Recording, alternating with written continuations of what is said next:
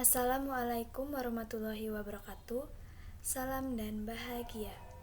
Saya Rika Nur Aisyah, NIM 2018-008229. Saya di sini akan mempresentasikan tentang perubahan dan pengembangan organisasi dengan dosen pengampu Dr. Syamsul Hadi, SEMM.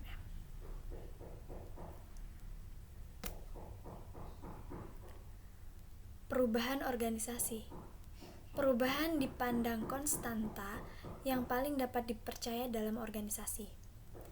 Meskipun fenomena itu telah dianggap penting selama bertahun-tahun, namun perubahan organisasi merupakan salah satu aspek kehidupan organisasi yang kurang dipahami, yang dibuktikan oleh program-program yang gagal. Selanjutnya, kekuatan yang mendorong perubahan. Kekuatan yang mendorong perubahan itu ada dua. Yang pertama, kekuatan di luar organisasi, dan yang kedua, kekuatan di dalam organisasi. Kekuatan di luar organisasi itu ada 4. Yang pertama, pemerintah atau politik. Yang kedua, kebijakan ekonomi. Ketiga, perubahan sikap di antara konsumen atau sosial. Dan yang terakhir, perkembangan teknologi baru. Kemudian kekuatan dari dalam organisasi itu ada 2. Yang pertama, kekuatan organisasi itu sendiri, dan yang terakhir, kekuatan individu atau pegawai. Selanjutnya, kekuatan yang menentang perubahan.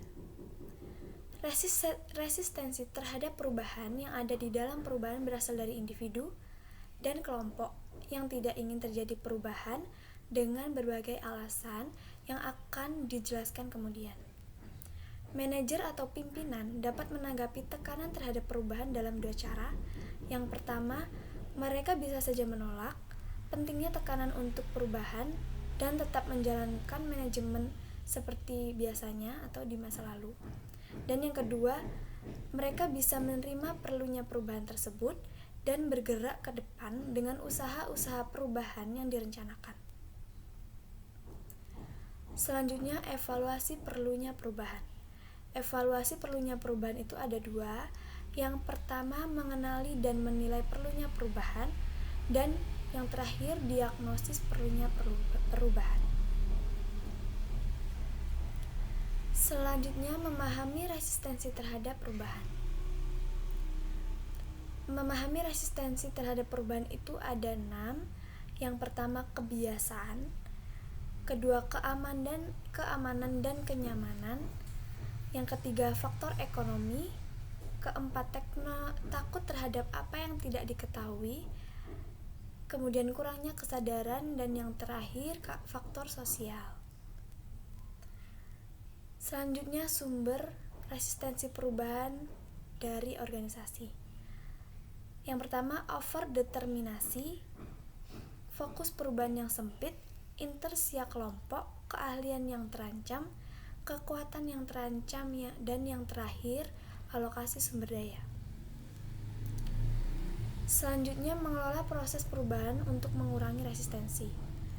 Ada pendidikan, komunikasi, sosialisasi, manipulasi dan bekerja sama, negosiasi dan kesempatan, memberi fasilitas dan dukungan, partisipasi dan melibatkan, dan yang terakhir, paksaan eksplisit dan implisit.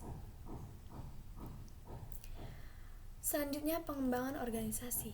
Pengembangan organisasi merupakan aplikasi dan pengalihan pengetahuan ilmu perilaku yang mencakup seluruh sistem terhadap pengembangan, perbaikan atau peningkatan, dan penguatan yang direncanakan terhadap pengembangan, perbaikan atau peningkatan, dan penguatan yang direncanakan terhadap strategi, struktur, dan proses yang membawa kepada keefektifan organisasi.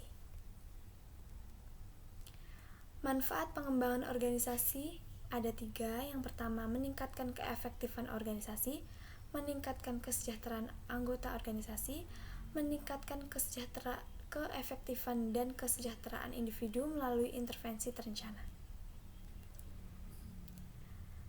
Kemudian, fase pengembangan organisasi. Dalam fase pengembangan organisasi ini yang pertama adalah masuk, kemudian kontrak. Setelah kontrak, melakukan diagnosis. Setelah melakukan diagnosis, melakukan umpan balik, kemudian perencanaan untuk perubahan, intervensi, kemudian mengevaluasi dan penghentian. Selanjutnya, pengertian dan tipe intervensi pengembangan organisasi.